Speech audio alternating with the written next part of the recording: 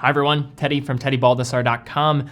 In this video, we're looking at the latest addition to the Tissot PRX family, this one coming with a 18 karat gold bezel.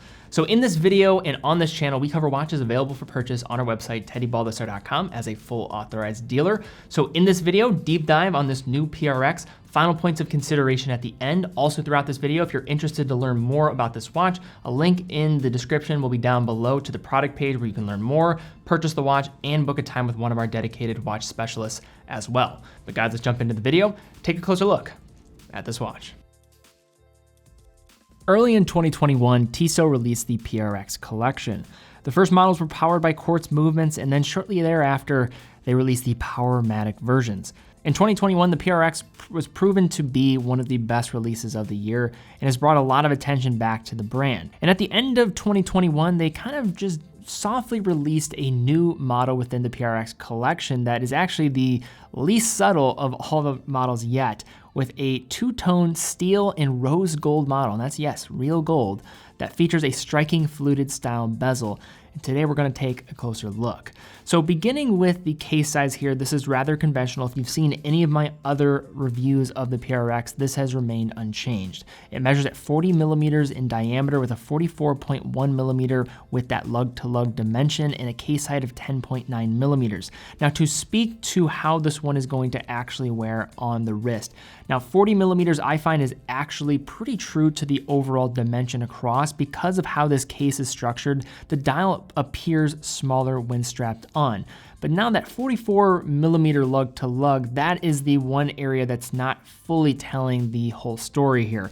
You have that extended end length that's going to be attached to the case, but is not actually truly a part of that central case that you see, but it is going to change the wearing experience. When factoring that in, you're looking at around 51 millimeters with that lug to lug dimension. Now don't get scared here, it's not gonna wear to that full measurement given the angle turn down profile of that end length, but still it's going to make this watch wear a little bit larger than the case size might indicate. But again, optically the dial does appear small. So you kind of get that integrated sports style bracelet in design that, if you're not familiar with, might be a little bit different than your conventional style and lug design. The crown at the 3 o'clock is of the push-pull configuration and is slightly recessed into the case and signed with the Tissot T. Operating the crown is as expected. Winding the Powermatic 80 can be done at that first position. Advance the day or the date function on the 3 o'clock position with the movement to the second position of the crown, and then fully extending it out will then be able to adjust the time while hacking the second hand in the process. But really the star of the show here when it comes to what the PRX is offering, this entire lineup, is going to be the finishing. Bold vertical brush treatment across the center case along the sides and the top surfaces is broken up by a high polished bevel that runs the length of the case.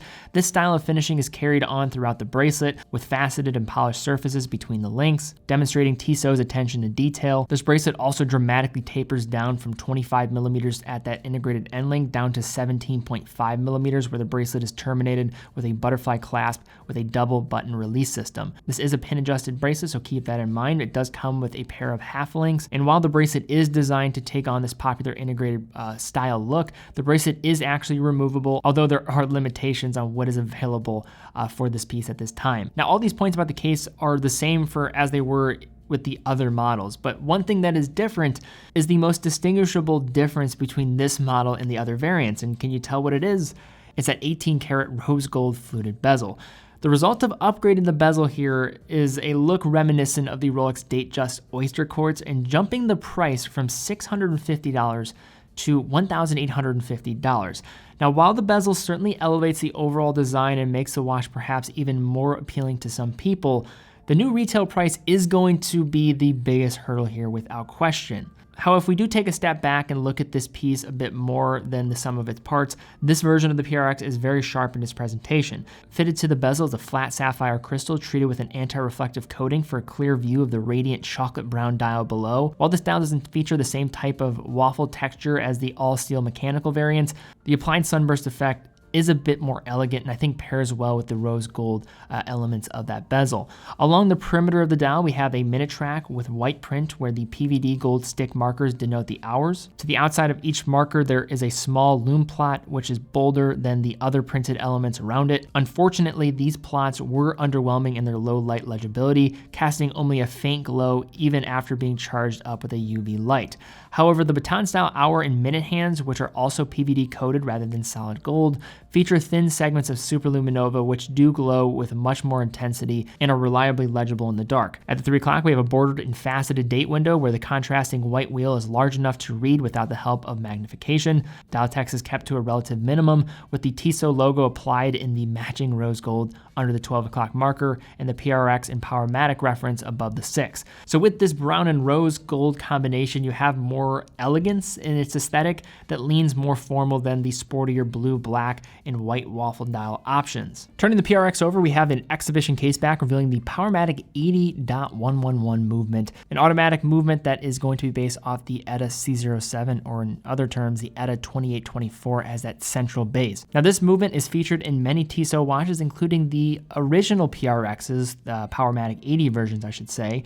The upgrades here that are being made to this movement are going to be dropping the beat frequency from 4 Hz to 3 Hz to allow that maximization of that mainspring to have that power reserve of 80 hours. For some anecdotal data points on accuracy, we find that these are testing well within the single-digit range of tolerances when testing at 5 different positions. We've tested many of these Powermatic 80 Tissot PRXs, and this is really true across many of them. In terms of finishing, Tissot offers a decorated and signed rotor for this model, while much of the remaining visible surfaces exhibit a utilitarian blasted matte finish. In terms of general operation here, you're looking at 21,600 vibrations per hour, 3 Hz. It does feature hacking and hand winding, hacking stopping the second hand when you pull the crown to the farthest position, and has an 80-hour power reserve. So now to unpack looking at this Tissot PRX Powermatic 80 steel and 18 karat gold bezel. So I have some mixed feelings about this one. I think it actually looks pretty cool. I think some people are not going to like the looks of this one by any means, but let's just address the situation with this one. The problem here is just value for money, and this is a big departure considering how much value for money was with the original PRXs. You're paying for basically a gold bezel here. That's really what the upcharge is going to be. Case finish, for the most part, outside of that bezel is going to be the same. The movement is even going to be the same. It would have been nice to see maybe a chronometer certification, or at least the 80.811 versions of the Powermatic 80 movements that are going to have that upgraded hairspring on the inside like you see with the Gentleman.